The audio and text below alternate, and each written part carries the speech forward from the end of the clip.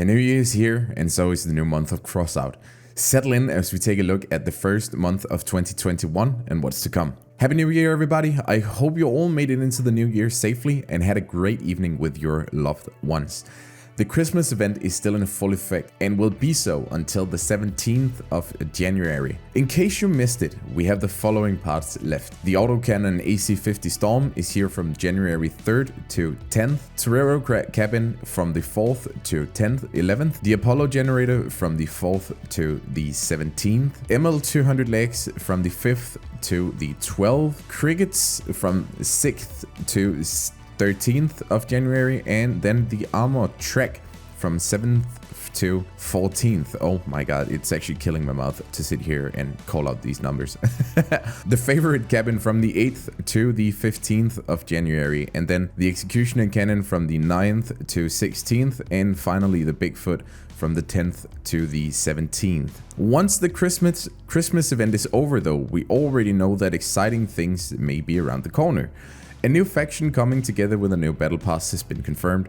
This is much like last year where the Founders faction entered the Wastelands, also marking the first full year of the new battle pass system in Crossout. The next upcoming faction will hopefully hit us in January, but this has not been confirmed yet, so it might be February before we see it. Regardless, here is all we know and what we can hope for right now. By doing a bit of digging, a few interesting clues have actually been leaked already about the new faction. The biggest giveaway is to be found in an Easter egg in Tajim's own Christmas greetings video that they posted a bit of time on their YouTube channel. During one of these scenes, the present heist truck is used as a background. В новом году мы порадуем вас множеством интересных событий на всех наших проектах. А следующее обновление Crossout будет по-настоящему масштабным. С наступающими праздниками вас. Будьте счастливы. Upon closer inspection on the truck actually has some Chinese writing on it. Furthermore, the guy in the frame is wearing his shirt. His shirt has a logo on it that closely resembles some sort of a Chinese Republic Army logo, if you really want it to look like that. But you know, it has a weird logo that might just be the logo of the new faction.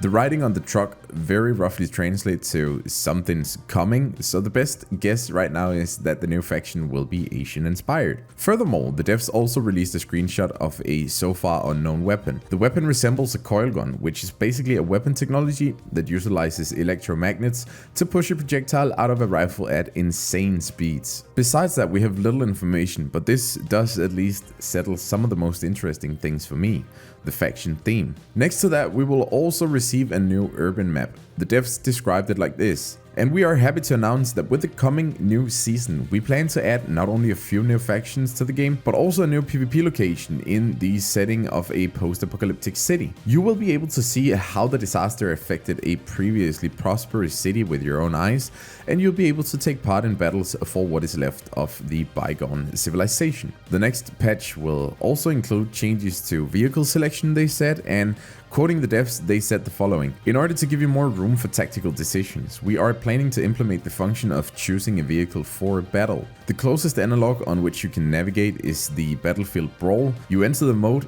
evaluate the location and armored vehicles of allies nearby, and select one of several armored vehicles that are saved in your blueprints. We would also like to note that at the moment we plan to test this possibility in clan battles. The addition of the same functionality to regular PvP battles is still under discussion. Finally, with this Q&A with the devs, or this dev block, they also announced that co-drivers can now be saved with blueprints, and that will be a thing in the future.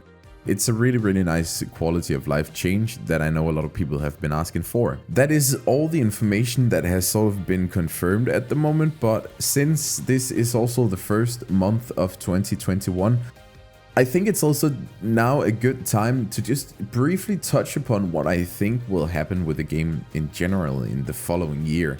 Because if we look back at 2020, one thing that has been very dominant is balance changes, and it seems like these are here to stay, which I am personally very hyped for. I am kind of hoping that for future balance changes, they will take the endgame content into consideration more when they look at these changes, and maybe just try to work more towards keeping the game varied when it comes to what sort of builds are viable basically in stuff like Clan Wars, because it is after all still Clan Wars that is the main game mode of this game. If you look at what the sort of end goal is all about and where the game becomes competitive and where you can really grind to get better at the game. I think it's very important to keep the game interesting in this fashion, and some of the changes that were made in 2020 when it comes to the competitive game mode I highly disagree with. For example, the introduction of Leviathan Clan Wars. So I'm kind of hoping that this is going to get reverted alongside just some of the general balance changes where we are now stuck at the beginning of the issue that they tried to address around a year ago. The Typhoon is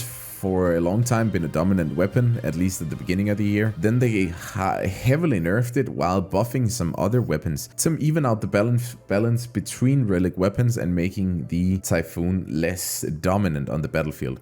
They actually achieved this pretty nicely, but due to further balancing, it now seems that we are just back where it all began, with the Typhoon once again being the most meta weapon that you can play in Clan Wars, just in a weaker state, and now everything just feels a little bit weaker than it did before. I do believe that the damage is overall better. Now you can actually survive some beatings where before, once you got targeted by a Typhoon team, you knew that you were just dead. You can actually get away now, so I think overall the balance is there, but they really have to be careful about how their next step is done, because they want to be super careful with not just repeating the cycle once again, and then next year we can sit here and have the same discussion about how the Typhoon is meta again, but in a weaker state than it was a year ago, and an even weaker state than it was 2 years ago. So I think if they really hold on to the balance changes that they made at the beginning of the year, where Clan Wars actually had some diversity to it again, well, then I honestly think that the mode can still be put in a pretty good spot. But it's just worrying to see that a lot of people left the game recently because of the many weird changes in Clan Wars with Leviathans and stuff that no one really likes. So all in all, I'm optimistic about 2021, and I still think that Crossout has a future. That's very important to mention. But I'm very interested in hearing what you guys think about this entire subject. So do let me know what you think down below, and I hope you could put this video to good use. Until next time, stay safe guys. Bye bye.